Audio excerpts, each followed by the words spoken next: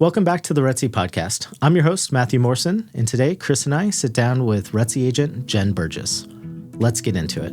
But I think an idea held before your mind has to come to pass because subconsciously you start putting your efforts toward that idea and you start putting your momentum into that idea. And for me, it was always like, I love design, and I see so many houses where it's just like, man, this poor house has an identity crisis. I wish I could just get my little hands on it and make it cohesive and lovely. And so through that, it kind of just happened where I got connected through friends or whatnot with a builder. And I'm not ever trying to step on someone's business, but it's like, hey, I'd love the opportunity to work with you if ever that's a possibility. And then got to work with Tinker Development on their beautiful Marlette house when it was first built and co-listed that.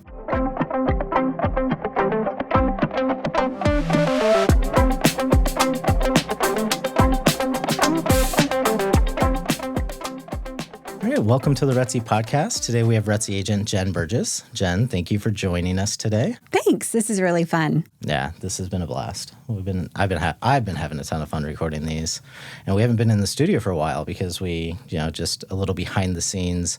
Before Chris left on a long vacation and before I left on vacation, we recorded like 10 episodes. So it's been a minute since we've been in the studio, so it's good to be back and get back into recording these. Well, nice. I'm glad I could be up again. the first one back. Yeah, exactly. Very cool.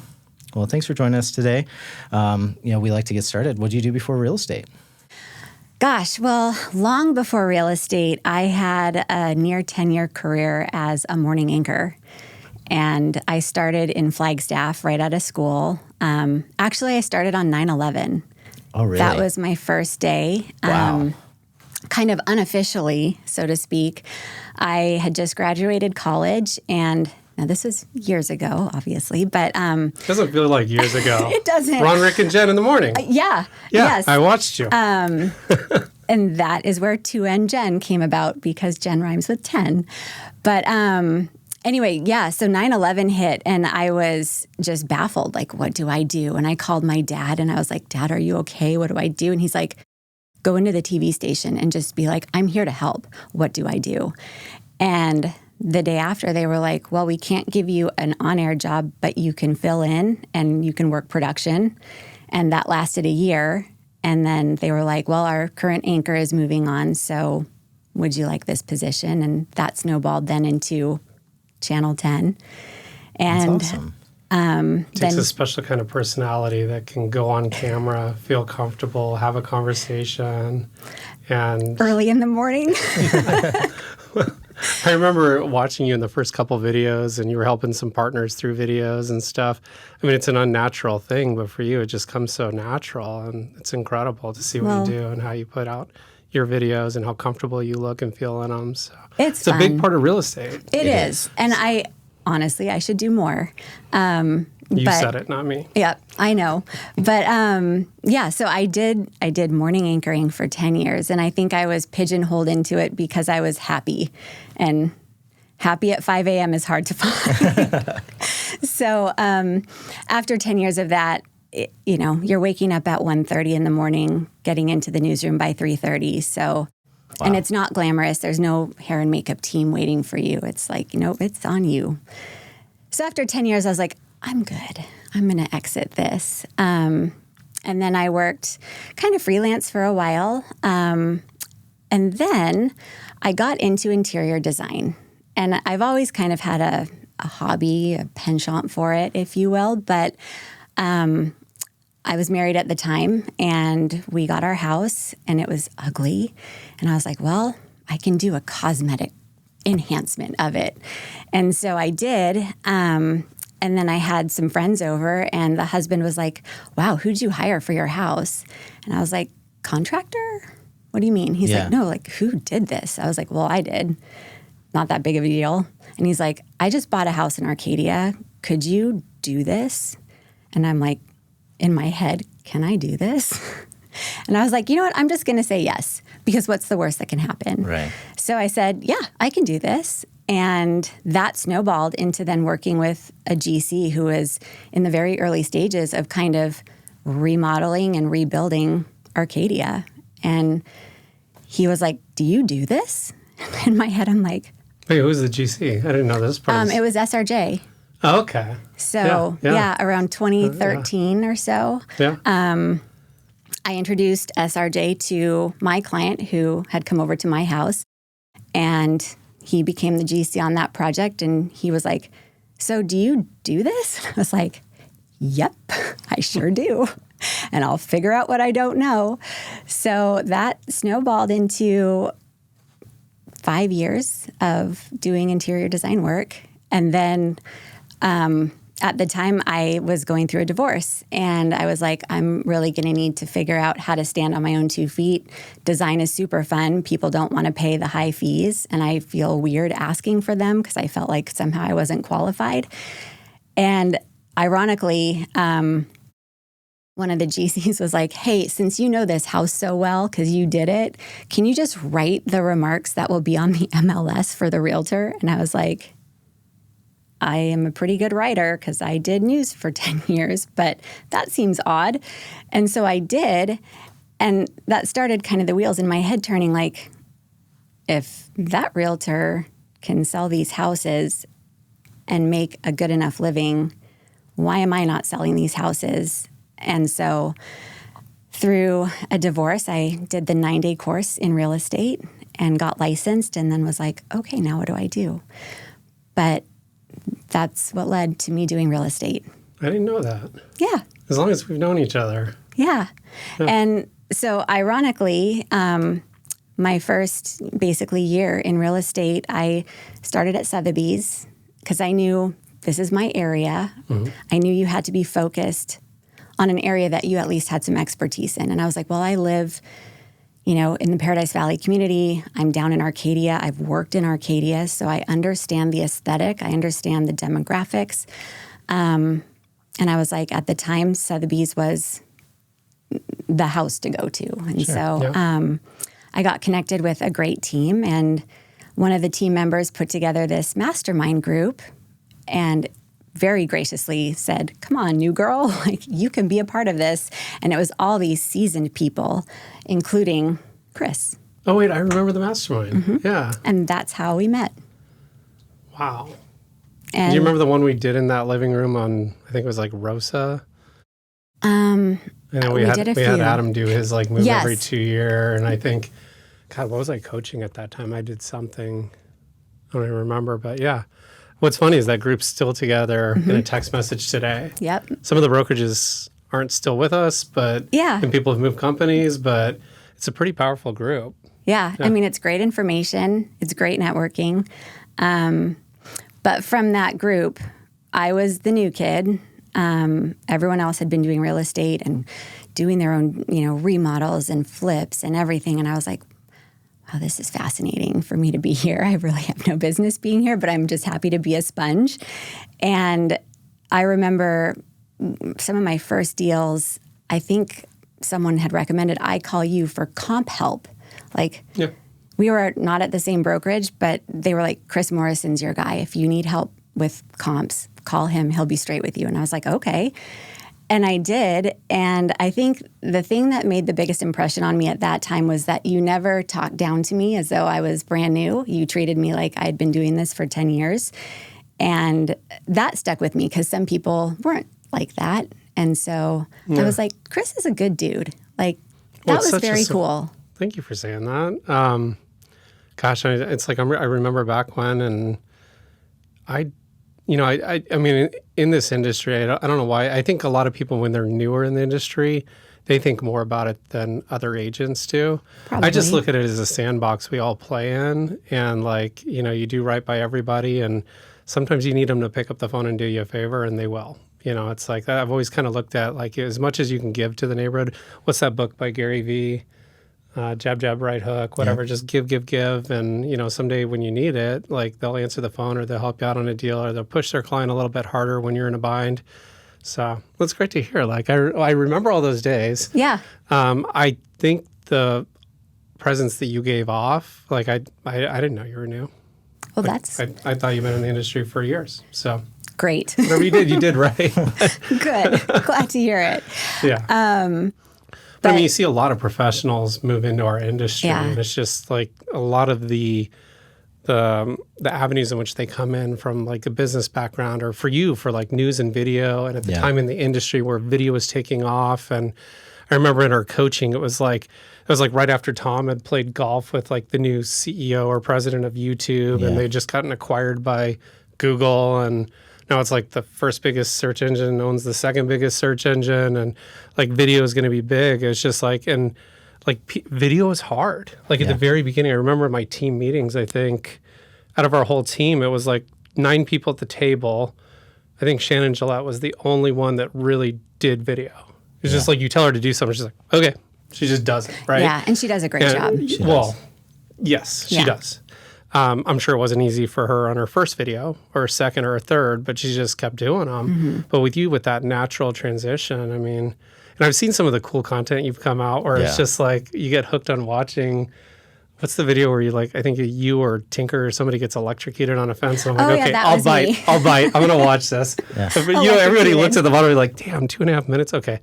And then it's like, but you get hooked into your videos. I mean, they're really creative on what you do. Well, maybe we should talk about that in this podcast too. No, 100%. Make a mental note to tag that for later. I do have to give credit to the videographer because he's got that vision and that sense of humor where he's like, here's the line. Maybe let's push it a little bit. You know, how much can you shake your head and make it look like you're really getting electrocuted? And it's like, all right, good thing for these hair extensions because otherwise it wouldn't be that dramatic. So give everybody some advice. In video, over-exaggeration shows better on video, you feel like? Like I remember the photographers when they like try to get you to do your professional headshots and you're like leaning like totally forward and you got to cross your arms, stick your neck out. And and I'm like, I look like an idiot. And then you see the photo, you're like, oh yeah. That's why I pay you what I pay you. But with videography, like I found that like your guys' videos, I mean, they're really entertaining. Well, we also have I think we feel comfortable, first of all, and that's key. And you can tell in the video that like that comes through. Yeah. So I think that's first and foremost is however you need to get as comfortable as possible under an awkward situation, try to do that. The other thing I always recommend to people is, you're going to be nervous. It's going to feel weird. Nobody really likes to see themselves on camera anyway. But be as authentically yourself as possible with just a little bit more energy. Because for some reason, the extra level that you feel you're giving translates as normal on camera when you're watching it. And so it's kind of hard to explain. And I do think you get used to that the more you do it. But those videos to me are always when I know people and I know their personalities and I see them do a video and it's like they were just, authentically themselves, but maybe were tired that day or something, or they just weren't really feeling that sparkle. And then you see another video where they're the same person, but they gave it just a little more pizzazz and it's like, that's it. Yeah. I just feel like the over-exaggeration, sometimes you don't realize how, to you it feels over-exaggerated. But when you see the finished product, I mean, it speaks for itself. Yeah. Right? Yeah. So that's my quick advice. Well, and like just to go back to just transitioned right from like how you got into like video, like I wanted to go back and just talk about your background. I mean, like who better, like great background for real estate in today's day and age, like being comfortable on video, which like to Chris's point just took off in the last 10 years. Yeah. I mean, like in the last 5, it's been mission critical important. But if you got into video in 2015, 2016, 2017, and we're putting out content, like you're way ahead in the game. And then the interior design background and the journalism background, because you are phenomenal at property descriptions and just anything writing. And those are not AI, by the way. Property descriptions on Jenn's listings are not generated by ChatGPT. No, they are not. ChatGPT and I are like, that's just me. Jenn GPT is what we used before then. Yes. Do you remember our marketing sessions in the beginning days of like, hey, Jenn, all right, what do you think of this? Or what do you think of this? And then you'd come up with like other great ideas. It was like, I mean, that's one great thing about our company is like anytime you call somebody and said, hey, can I get an hour of your time? And it's not about you, it's about the company. Like, how do we make the company better in this way or this way? Yeah. It was just like, I meet with Jenn, I meet with Heather, then I meet back with Jenn, then I meet with Heather. And then sometimes I think we did a meeting together, and it's just like, it helped form some of the processes and the marketing initiatives and everything in the company. So forever grateful to you for that. Well, I'm grateful to have been, I mean, I know I wasn't part of the founding of RETSY. Pretty but damn close, though. But you really are close. as OG as OG gets, though. Like, without being on the Morrison team, I think I was like the first in the door. 100%. Yeah. So, yeah. I mean, what we had like 11 people at the company when you joined? 8 people? I think it was October 20th. Yeah, predates me. I mean, so the company was 18 days old when you joined then. Yep. So, I mean, been around for 2 weeks. So, Before Matthew. yep, before me. Oh, yeah, before Matthew. Yeah, I didn't before even know me. you had a brother. Yeah. But yeah, I remember I wasn't even looking to switch brokerages really at the time. You and I had a conversation about it because I remember you mentioning it, and I was like, I'm just going to call Chris and let him know, like, congrats, dude. Like, I really respect your business. You've always been a great person, like with integrity, which this day and age, sometimes that's hard to find. And I was like, hey, I'm really happy where I'm currently at, but I wanted to just say thank you, or to say congratulations and thank you for always being just a cool person. It was great working with you. We were at the same brokerage, and then you guys founded RETSY. And lo and behold, like 2.5 weeks later, you and I are sitting down for a meeting, and it was at Industrious. Yeah. Oh my gosh. It was after hours in the evening, and COVID times, so there's like nobody there. Yep. Like, totally vacant building. Our office was essentially the whole Scottsdale Fashion Mall. Yeah. There's like 4 of us in there. Might as well have been. Right. Parking was easy to find. Oh my God. Try to park there today. No. But I remember I come into that meeting with you and another realtor, and I was like, what am I doing? Like, I had just had a divorce finalized maybe 6 months prior. I wasn't looking to shake my life up anymore. But the only reason I was like, I feel comfortable going to RETSY is because of Chris. Because from my very early days, you always treated me like an equal, not like, oh, hey, new kid, like, come on, I'll show you the ropes and how it's done.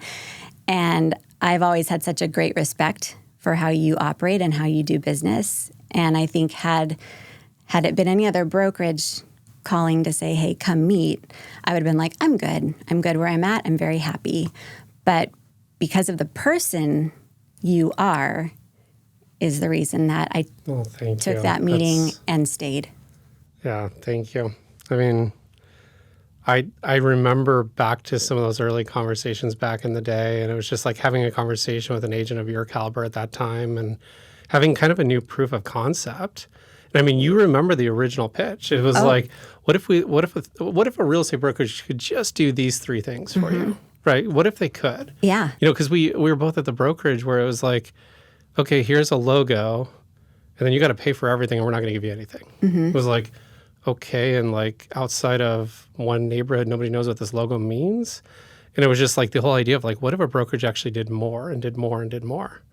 And I mean, and you were a huge part of that whole process in developing those systems and what works and what's easy and what should be automated versus, there's certain things in our industry you can't automate, you know, especially if you're fighting ChatGPT right now. I will. But that said, the human it's brain is remarkable. Yeah, but that said, it's just like, you remember in the beginning. But the thing is like what I saw in you, I knew that you were going to be amazing on video. I knew your clients loved you, trusted you. I mean, you had 10 years of awesome FaceTime on a great morning show. And so wait, were you before Alona or after Alona? I was right after Alona. Right out, so that's you retired. Okay. Yeah. So. I was very loyal to Fox in the mornings. Hey, you were up early. I give you credit. Yeah, but like I was like getting into the shower and you guys were dressed and ready, already had a half an hour of news on. Oh yeah, been up since 1:30. This is before you could record anything and watch it. Right. Like at the very beginning, it was like there's no like watch it when you want. But that said, it's like I knew your level of success. You'd been on a team, you had trained, you'd gone off independent, you partner with some different agents on different deals and stuff. And I just knew that your level of marketing and expertise would show through. Because, I mean, the reality is, I mean, these high net worth sellers right now, I mean, they're interviewing the agent that's going to do the best job marketing their house, right?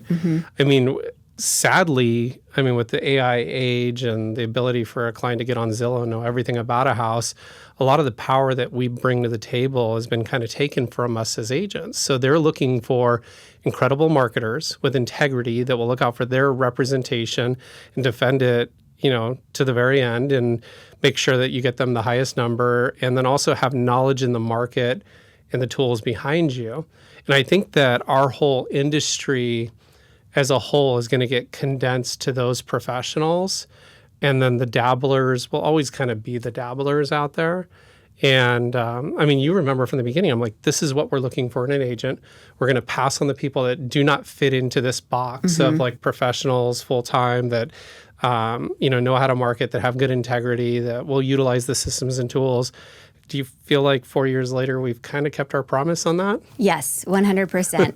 I will also say, though, and this is just my experience, sitting in that industrious office with you that one evening, and you were explaining all the technology, and now we've grown leaps and bounds with the technology that's offered to us. But I will say, tech aside, the one thing that you said to me was, and because I expressed to you, I'm like, I just don't know. Like, I know who you are, and I respect that. And, you're who you are, and I'm coming for that reason. I'm just really nervous because this was truly me starting on my own. Kind of like you had your own team. Mm-hmm. I was just me. And you literally looked in my eyes, and you were like, I will not let you fail. Yeah. That wasn't technology. And so that to me I was like, all right, done. I'll take you up on that promise. Yeah. But I think 4 years later, we had a lot of good conversations. A lot of powerful conversations back then. Yeah. Yeah. Now I feel like I call you more than you call me, so I don't know what's wrong with that. But I call your brother way more than either of us call each other. Yeah. That's how it usually works. That's why I don't introduce him to everybody, because then they like him and only call him. So.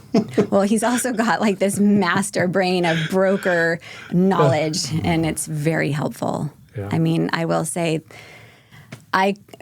poor Matthew, I'm calling and texting him on vacation, and hey, Matt, sorry to bug you, but I have a question. Another adventure in real estate. Dude, over the last 4 years, you're the go-to for everything. And I think the first couple of years is like, let me check with our attorneys real quick, and then I'll call you right back, or let me check this. But like, your knowledge set's gone through the roof. And now he's like sitting on every board and volunteering for all this stuff with ADRE, and like you're on the tech board. As long as you don't spill the beans of RETSY to all of them, I'm okay with that. What is it, the Arizona Department of Real Estate? No, it's the Arizona Association of Realtors, nothing with ADRE, but the Arizona Association. And that's a lot of fun. It's cool to be a part and kind of, learn things. Like I shared on the RETSY Rendezvous call this week about a member benefit called like the Tech Helpline. And it's funny because it's actually, you reminded me because like I just kind of brought it up. Jenn swears she is cursed by technology. I don't know if I believe it. You swear that you're cursed, but I forgot what we were even talking about. But it was, you were having some issue, and it's like, oh, did you know like a benefit as being a part of the associations? There's like a 24/7 tech line that you can call about literally anything technology. Like one of the examples they gave us was an agent called to have the tech helpline help their parents in Florida set up a modem.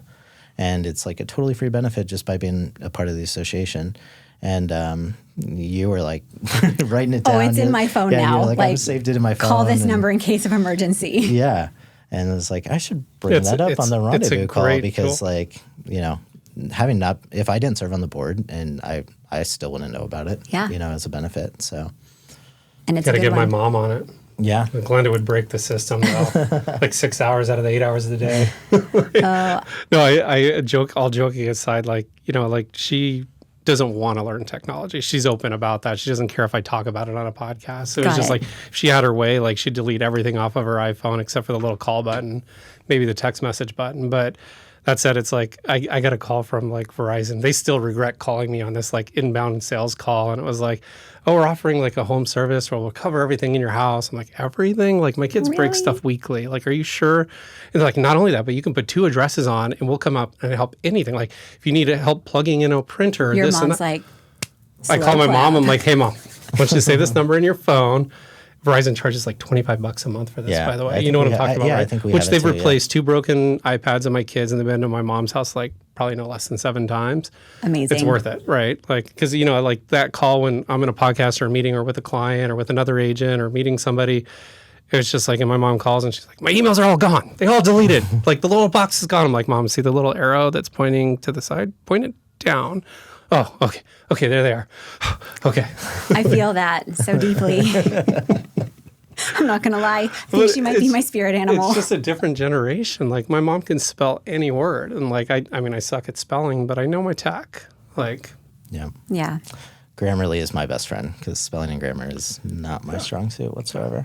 But It's okay. We love you for your broker mind. wow, thank you.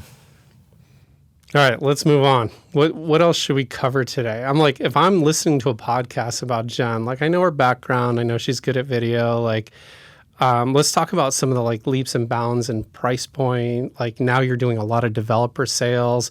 What brought you to that? Like, what barriers did you break down to get there? Like, if you're listening to this podcast, I mean, I got to think that probably 80% of our audience are real estate agents. Like, what helps them in like working with new developers and now I don't even know if we can talk about that other big account you and Paul are working on. But I mean, like, those are huge freaking milestones in the industry and worth That was a celebrating. big one. Yeah, that was a huge one. Yeah. Like, even to this day, I'm like, and now it's a recent one, but even before that, breaking the door down with some developers and moving up in that price point and everything. Let's talk a little bit more about that if you're cool with that. Yeah, absolutely.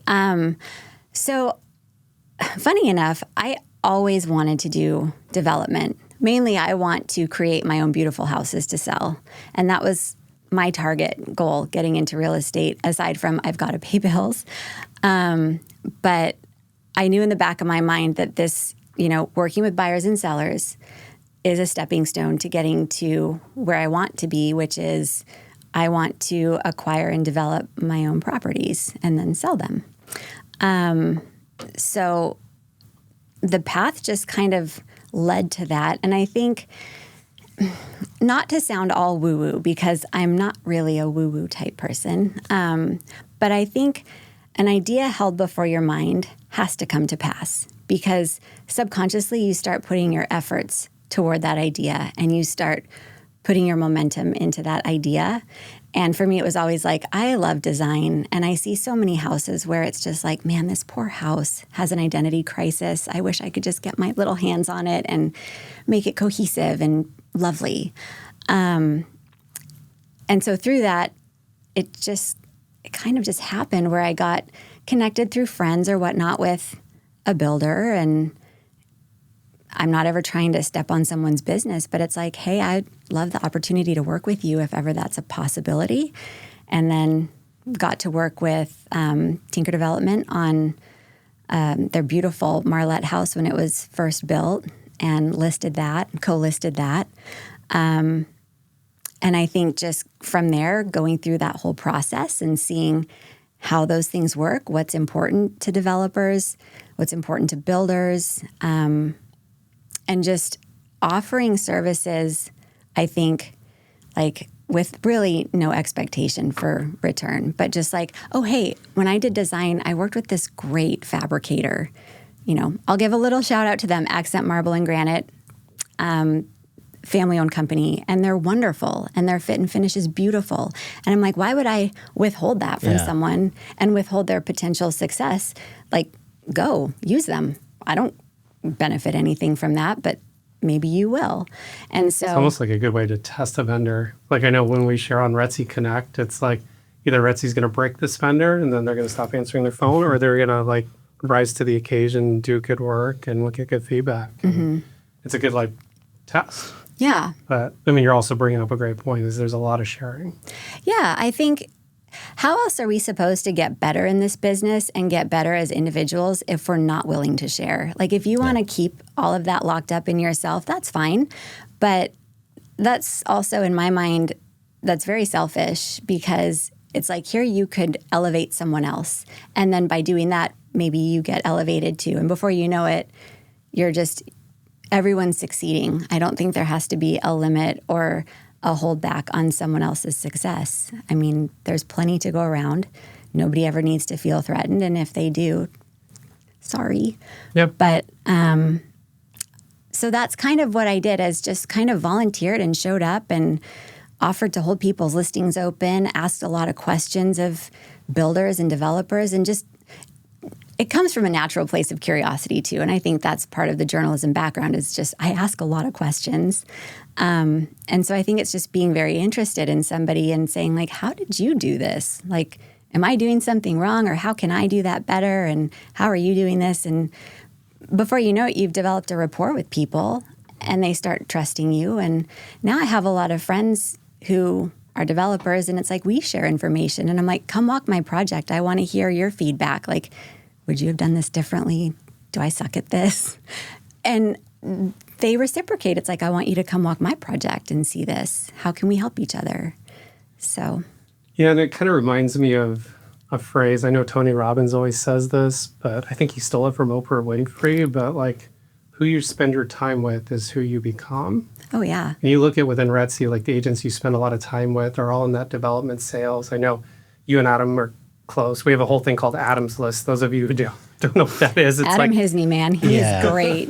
It's like my play on Angie's List, but Adam's got better vendors. But I mean, you share just as much as Adam does on there on a lot of vendors, and I try openly, and like it really helps out within the company. So on our Connect platform, we have a group called Adam's List, and like it's funny, like everybody will join the agent group, and then immediately Adam's List. Like those are the two groups that everybody's like a part of. Like without questions asked, they'll join it. But you know, it's sharing, and then also surrounding yourself by those people, I feel like has definitely upped your game in the industry and what you know and how you do it.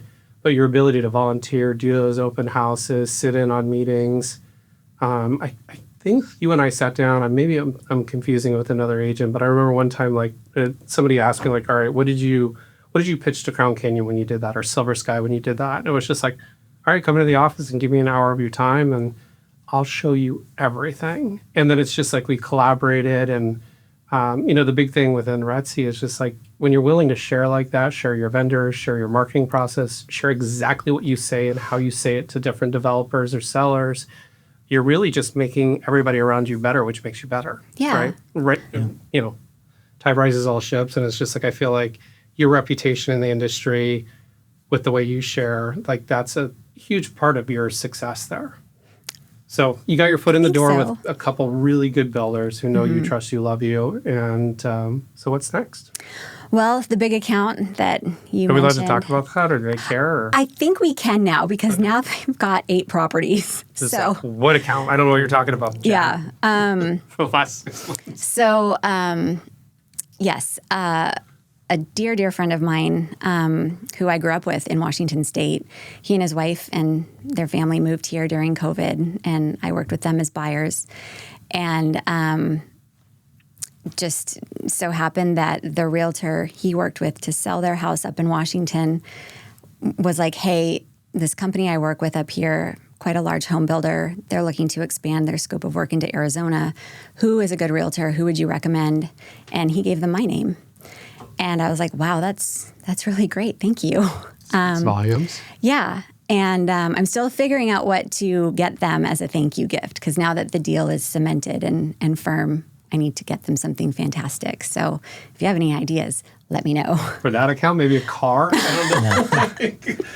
I think experiences are like the You're best. underplaying how big. I mean, they came into town, they interviewed several agents with a lot of different brokerages. Yeah. Once the brokerage box were checked, I mean, you went through a whole interview process. We did. And the collaboration. I mean, maybe take, like, if I'm listening to this and somebody approaches me like that, what did you say? How did you say it? What was the big transition and tilting points? You know, because they looked at brokerages that have way more agents than RETSY, too. Oh, yeah. And what do you think did it? Well, I don't know. I approached it kind of taking a step back and looking at, first of all, the volume of what they do up there. I mean, they're building between 50 and 70 luxury homes a year. And that's a lot. That's a ton. And client service is very important. And so I thought, there's no way I can manage this group by myself. And I was like, who would be a really good counterbalance? Like, I know my strengths and my weaknesses. Who could kind of tilt the scale so that we balance out and provide them 100% great service. And so I asked a friend and colleague of mine, Paul Nicoletti, I was like, hey, I'm going to share a website with you. I really need you to kind of keep this under wraps because this is a really big deal. Would you be interested in working with this or with me on this? And he was like, absolutely. I think I bring X, Y, and Z to the table. And I was like, great. And your personality is very different than mine. So I think when you work with such a large, almost corporate-like entity, it's nice to have two different players. And sometimes he delivers info. And it makes different. 100% sense now. It's like when you first told me, I was like, okay, cool. Yeah, but I mean, like with the way you guys work together, and those of you who do not know Paul Nicoletti, I mean, he's like when we do our RETSY bus tours, I'm like, can you do comedy between house 3 and 4? Like right in the mood, like if it's hot that day. Like he's got that personality, so quick to respond, so witty. Like I can't tell you how many times it's like 11 o'clock at night, I'm trying to shut it down, but I'm trying to catch up on my text before I go to bed. So I know I got to like address and then I'll see a Paul comment and I just start cracking up. Yeah. And it's like, yeah.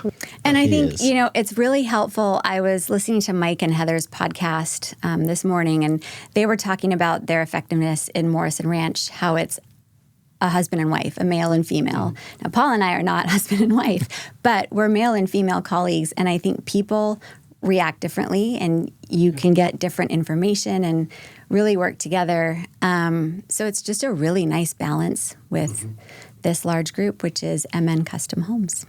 Yeah. And they've already started on stuff. I mean, I'm tiptoeing into what we can talk about. I know, and I'm kind of trying to be careful, and they said it was okay. Well, and we can always have Jack edit anything post if needed. Yeah. So, but, it took us about a year, maybe a little longer to get an agreement cemented. And there was like a cone of cemented. silence between you, Paul, and I. Like, Yeah. I didn't even tell you about it. Waited until it was done. Yep.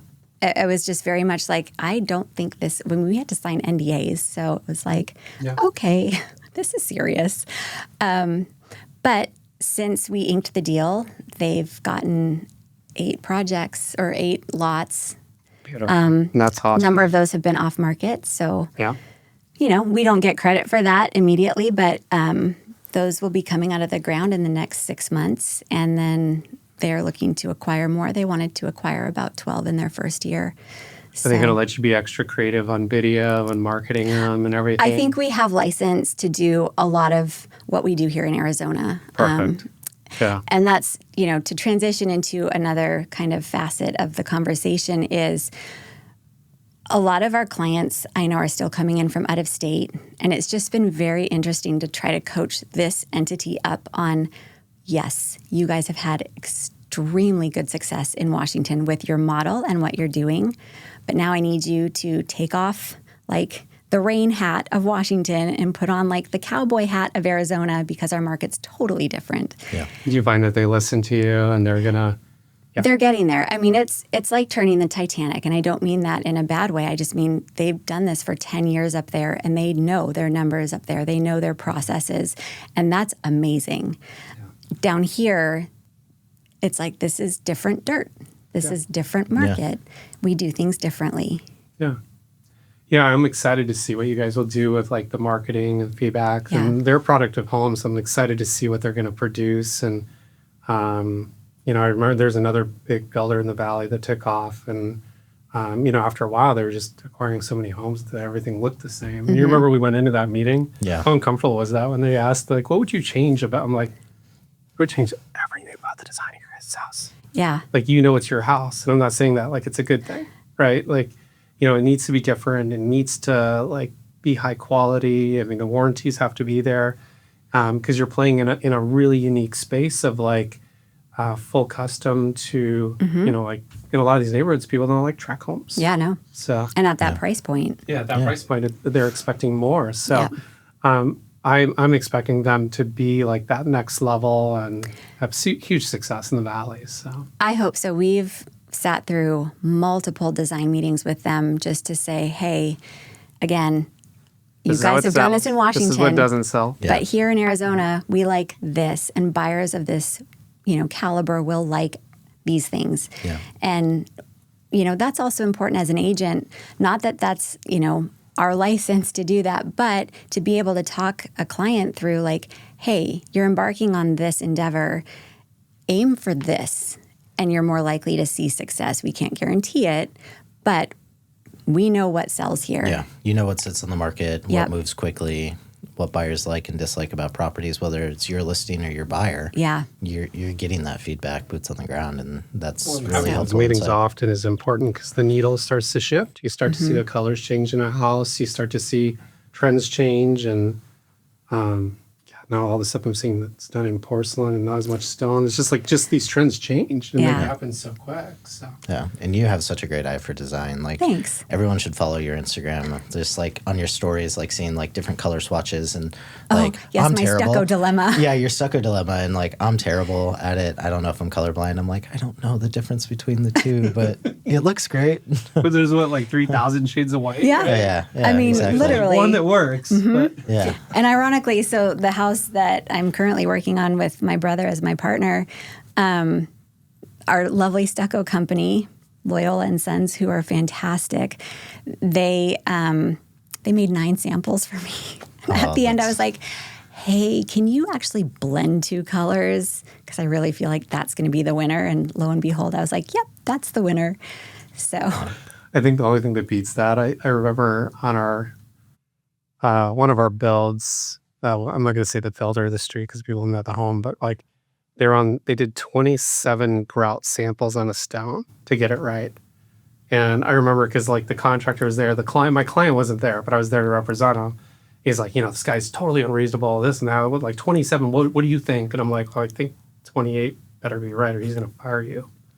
And the guy's face is just like, okay. And then it turns out it was some sand they had to get from Florida to make the grout look properly. I'm like, well, so, I mean, it's an expensive house. I mean, get the sand from Florida. Yeah. Right? Like, I don't care if you got to go to Abu Dhabi, like, to find the sand. Like, go get it, like, and bring it here. Yeah. And let's get a sample of it. And the second he did it the right way, the way the architect had planned, it looked right. Yeah. Oh, And to be honest, like, it was like trying to compare, like, it. Swiss coffee to Whisper White to Pure White to... I can't name a third one. Dove White. Yeah. No. Yeah. But no, things like that, I think little details like that make a difference. And then to be able to communicate that to a client like this big builder who's embarking, never before built in Arizona, it's like, hey, trust us. We know. We've sold homes. We hear the buyer feedback. So aim this way.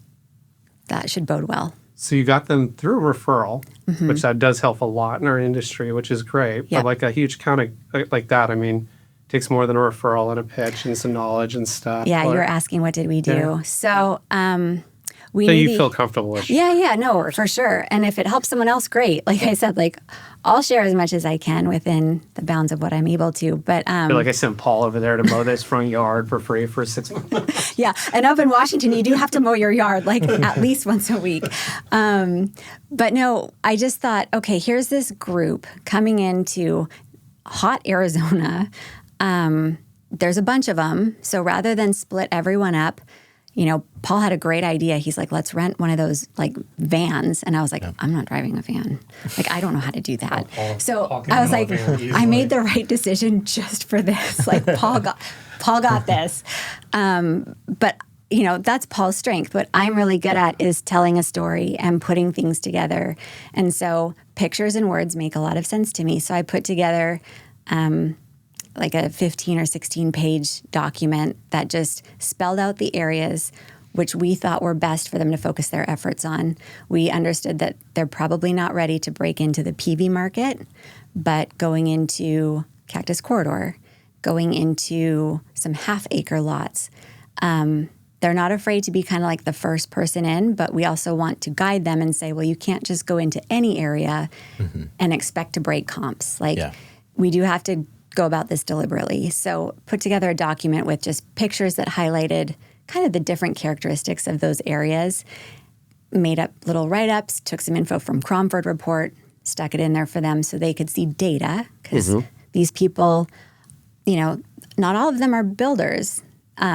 It's a company of just a couple builders, but the rest of the people make the building happen. So they're data people They're information people. So wanted to really respect that and put that info out there for them. So put together a really nice packet, designed it in Canva, printed it out at the office because we have a great color printer, made sure everyone had enough copies. And I think they did not see that effort from the other agents they interviewed. And I think that was just one of the things that really helped cement to them, like, this team already put this much effort in and we haven't even made a choice yet. So I think that spurred further conversation with us. And we still had many months, as you know, going through. Well, and I know, like, you guys went up there, and I don't know how far along in the process that was, but I know you toured them around some listings here, and then you all went up there. And yeah, there were multiple trips they made down to Arizona to really vet us. Yep. And we weren't even really sure up until kind of the whole deal was inked, where we were like, well, this was a fun exercise, but fortunately we came to an agreement, and now we're off to the races. Yep. I look at it from like their point of view. It's kind of like it makes 100%. I'm 20/20 on it. Like, it's totally clear. Like, they came in, they look at you. You're a soft referral coming in. They look at the volume. They probably look at your brokerage. They look at what you do for marketing. They probably looked at your Instagram. They looked at Paul's Instagram, and it's like, looking at your Instagram and everything you post, and then Paul, like, who's not here to defend himself, but he posts awesome stuff on his Instagram, like him doing backflips for marketing and different marketing videos. And then the next, he's working with a charity and, like, has his way forward put out there, donating time and all that stuff. It just, it checks a lot of boxes to show what good people you guys are and how well you'd work together. And then having a good marketing department behind a great marketing mind, it makes 100% sense. I mean, it's a recipe for success. Yep. So as long as they listen, I mean, they should be pretty successful in the Valley. Plus, like, I'm 100% behind you on that Cactus Corridor.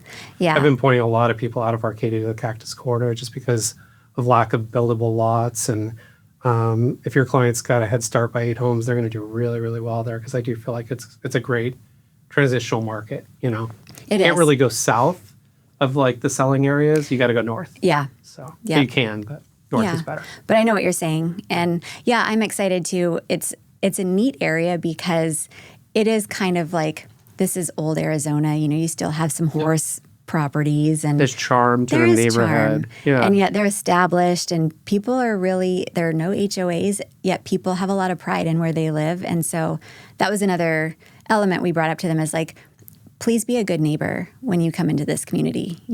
Don't just treat it like it's a business. But here in Arizona, like, we kind of take things personal, and we appreciate others who respect where we're at. And so that was another big push to them, is like, hey, how can we help you be a good neighbor when you're here building? Yeah. All right. Sorry, my mind kind of hijacked us into that conversation. But if I'm an agent, like, and I see Jenn kicking ass out there and has a developer client that's extremely loyal to her, a lot of them, I'd want to know, like, how did that happen? Because a lot of people think they just roll out of bed and take a pink pill, and then all of a sudden it's like they're good, right? But, like, the magic pill for success, and they don't realize there's so much work behind the scenes.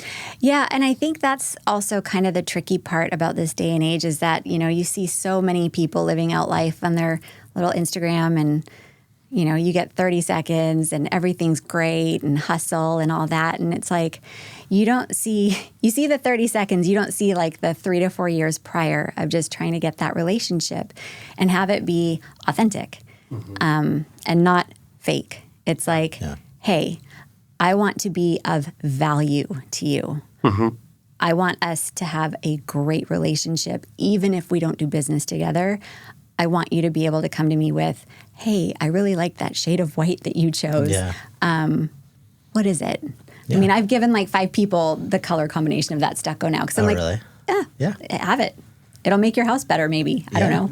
But I think it's just showing up, and it's being who you are and proving that you can be of service and provide value, and just not doing it once, but it takes years to build that rapport.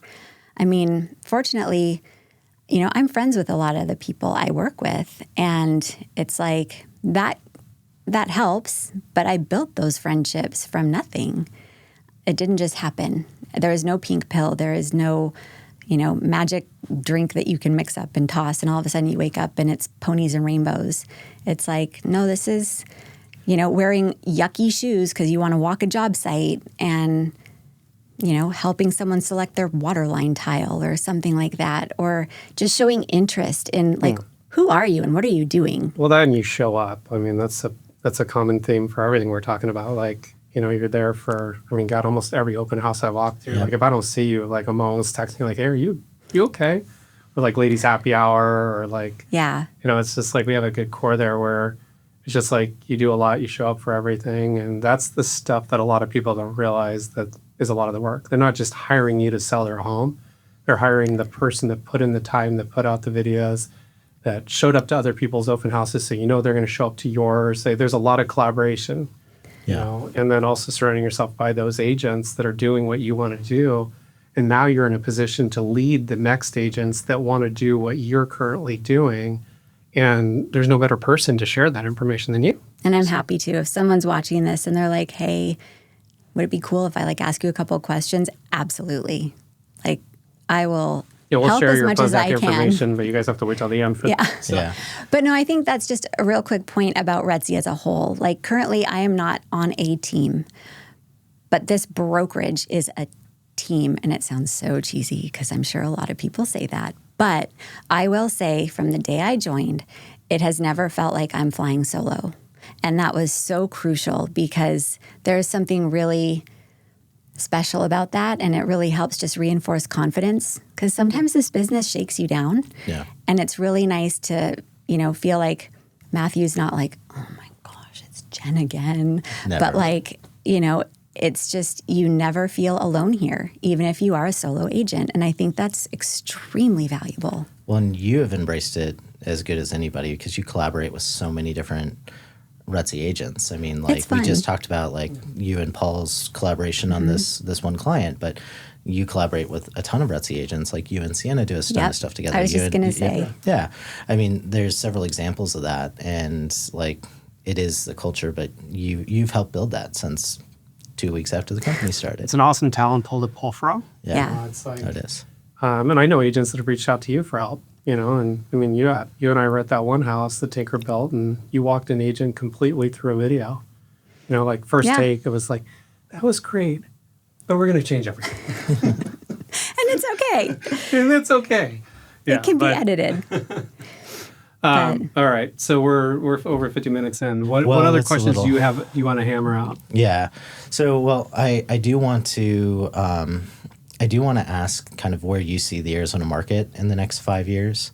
Kind of where do you see things going? Yeah, you probably have some insider information a lot of people don't have access to. I don't know Those about big that, companies pay a lot of money for data. I will say a company like MN would not spend the time or resources to study various markets across the country and then decide on Arizona if they didn't see value here long term. Yep. I mean, they've got tried and true numbers for their time period in Washington. So they know their formula.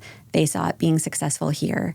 So first of all, that's a nice infusion of confidence into our market here, because we've got home builders looking and saying, my stomach's growling, I can invest in that state and in that location and feel confident about it. What's their website if people want to look into this builder and what they're doing here and all that stuff? MN Custom Homes. Yeah, we'll make sure it's on there. Yeah. Give them a good plug. Yeah, no, they're great. And, other ways I'm bullish on the market is I'm in the game myself now. And so that is waking up and making like a choice, like, we've got a lot of dollars riding on this. And so I choose to be confident because good product still sells. Well, and you and Jenn did that one home. Was it off of 35th or 34th? Sienna and I? I'm sorry. You and Jenn. You and Sienna. Okay. Well, that was Sienna's project. And to date, that is my favorite Arcadia Lighthouse. Lighthouse. I walked in that, I'm like, oh my God, I would totally give you guys my money to build homes and spec homes and do this and do that. She did a great job on that. You guys did it yourselves. I helped a little bit with the staging, but no, it was a darling house. Yeah. And sold immediately too. Yeah, it did. Yeah. Fortunately, we've had some good luck with houses selling quickly. We're in a different market now. We're in a buyer's market. 100%. And that's okay because it is not forever. It's a cycle. And I just think buyers now have the opportunity to really capitalize on this. Sellers had the opportunity during COVID, good for them, but now the tables have turned and it's buyers' chance. And I'm just very confident because Arizona remains such a great place to live. I think there's a lot of business here, not real estate business, but there are other businesses that provide great jobs, and those are still coming into our state. We're still seeing a lot of people move here from other states, and I choose to remain optimistic. Sure, it's been a little different market in that you have to work a little harder, and numbers may not be the same, but it doesn't mean that there's not success at the end in 5 years or 10 years. And so I'm confident in our market. Yeah. Well, and I think what stuck out, from everything you just were talking about, the caliber of project, the caliber of home, those are going to sell. Yes. And now more than ever in this buyer's market, when buyers have choices, you have to be priced appropriately and you have to deliver a great product. Yeah. That's the biggest thing that's moved. I mean, you have people overpricing stuff, not even thinking, asking the seller whatever they want to list it at. I mean, unfortunately, that's a theme in our industry. Not within RETSY, but in our industry. But now it's when you're overpriced, I mean, you don't even get a showing. Yeah. Yep. And we're seeing that more. And I think you're 100% correct. It is shifting into a little bit of a buyer's market. There's some things that need to change to kind of balance it out a little bit more. And who knows, maybe it'll change over the next 3 months. Maybe it won't.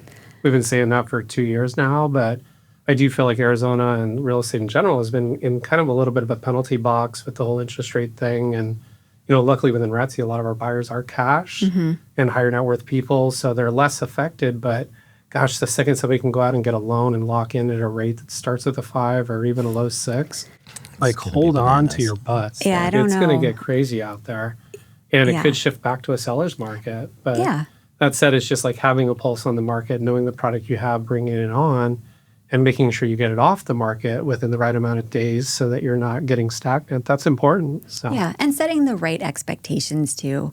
I think that's important. But I think that's the interesting thing about real estate is that it's not stagnant ever. Yeah. And it's constantly moving. And so to look down on it because you're in this cycle or that cycle, I think you need a perspective shift because it's you're still moving on a forward trajectory. Just figure out that part of it. Have you noticed a lot of the media channels and news channels, I aggregate everything to one AI source that then just feeds me what I want to hear, along with actual factual with cited things, both sides of the media. Okay, so I love to refer to, here's my friends that are glued to CNN all day, my friends that are glued to Fox all day, right? Okay. And then they start sending me articles, right? Because then they want to kind of pick at me and see what I think. It seems like both the news stations are kind of on the same page where it's usually way out of balance and everything. And just if anybody wants to know what that is, I use Perplexity to funnel all my news into so that it gives me a feed of what's relevant to me and then summarizes it for me. And then also will cite all the sources. So I can look at the sources and make sure it's not too important. Right or too left or whatever. So I'm making an educated decision on my thought process. But that said, it's have you seen it more balanced out there where the news station is on the same page, or what are you seeing out there? Well, Chris, I know how the news works behind the scenes. Yeah. This is why it's such a loaded question. I could take my tinfoil hat and tell you all about it. I think you got your mainstream news, you've got your Instagram news. There are just so many sources where you can get information from. And then I think it depends on what lens you look at that information through. Yeah. So it can be balanced. You can also look at sources where it's completely imbalanced. I just think it's how you critically think through what you're consuming, if you will, as a product. That could be a whole nother podcast. But I think it depends on how you can critically think, how you can digest information, where the sources are, and then maybe it balances, maybe it doesn't. Yeah. I feel like I can give you a great for when the penalty box door opens, we're going to have a really great market. I mean, the reality is everything that's happened over the last, call it 5 years. I mean, we started RETSY in COVID, right? Yeah. The world was supposed to end. The economy was done. I remember Carvana went down to $6. I didn't buy it. Now it's at 400 or something. I don't know. But But that said, it's just like, that's what we came from, right? Yeah. And then it's like we, went through the pandemic, we went through the interest rate hikes, and it's just like our market is still resilient. If you have a nice house and it's priced right, it sells, right? Yep. And maybe that's unique to Arizona. We're just kind of in our Arizona bubble, but I just feel like it's only going to get better from here. But and it's gotten really good over the last couple of years. And I mean, even within RETSY, I mean, we've had record months. Yeah. Yeah. I know we were just quoted in Inman for, I mean, it's like we have had record months in months that usually you don't have record months. Right. Yeah, like March of this year, was a record month, and we almost had one again in June, but some of that stuff pushed to July, unfortunately. So it wasn't a record month, but Close. it's still a great month. Yeah. Especially for June in Arizona when it's 100 plus degrees out. Right. And everything else. So It's hard to trick a buyer into buying a home when it's 110 degrees out. Pick them up at the airport, and you just like, are they going to get in the car? No, they're probably not going to get in the car. And yet they do. And They're you're rebooking like, their flight. trust me, you're going to love it here. No, I mean, it's just born and raised here. It's Yeah. just like, it's a dry heat. yeah. It's a dry heat. It's the best heat. I'm It not going to is. lie. I love summer. And we were in, God, what was the city in Portugal where it's just like, it was like 92, but it felt like 110 degrees. And I'm like, oh, this is miserable. I'd take Arizona at 114 over this. All day long. Yeah. Oh, for sure. Well, yeah, we are getting kind of up there on time. Should wrap up. So how do people connect with you after the episode? And anything you want to share, Instagram, email, phone number, whatever you want to share, fire away. I'm really active on Instagram. I spend about an hour before I go to bed just answering all the DMs and people who reach out. So Instagram is probably the best way, or text. So Instagram is at Jenn from RETSY, and Jenn has, I'm just going to say this, Jenn has 2 N's. I am not a 1N Jenn, I am a 2N Jenn. So at Jenn from RETSY is my Instagram. Please feel free to reach out, ask me questions, or a text would be great. Email is a little secondary just because I drive so much during the day and I don't often see the emails come in. So my phone number, do I want to give that out? That's 100% up to you. Yeah. We'll have I mean, yeah, it's we'll public. Have Darian, So- link whatever you want in the show Put the notes. phone number at the bottom. Yeah, you can lower third me. Yeah. So my phone number is 602-999-5988. And text me. Happy to answer or And chat. follow her on Instagram. That's a good follow. Instagram's like my jam. I love Instagram. So You put out amazing content. Thank in you. Your guys' videos. Yeah, you're a real estate agent listening to this. Just watch what Jenn does. Wait a day, copy it, repost it on your Instagram. well, thanks. Hey, imitation is flattery. So Tag her in. 100%. Yeah, That's thanks so awesome. much for coming on. And Thank you, just, like, guys. and being with us since the very beginning. And I'm honored to be here. And It's I mean, really great. And you've helped shape the company quite a bit. So Well, kudos. it's been fun. It'll still be fun. Here's to the next 5 years. We're getting started. Yeah. Right? Yeah. 100%. Thanks, guys. Thanks, Jenn. That wraps up this week's episode of the RETSY podcast. Thanks for listening. Check out the show notes to connect with Jenn. If you enjoyed today's episode, take a moment to leave us a review wherever you listen to this podcast, and please subscribe so you never miss what's next. Next week, Chris and Matt are sitting down with RETSY agent Adam Hisme. Here's a sneak preview. Like, if you're going to pitch yourself to another individual to give them their biggest, to help buy or sell their greatest asset, wouldn't you feel more comfortable with someone who does it on the daily, who isn't afraid to renovate, who practices what they preach, and is in the trenches?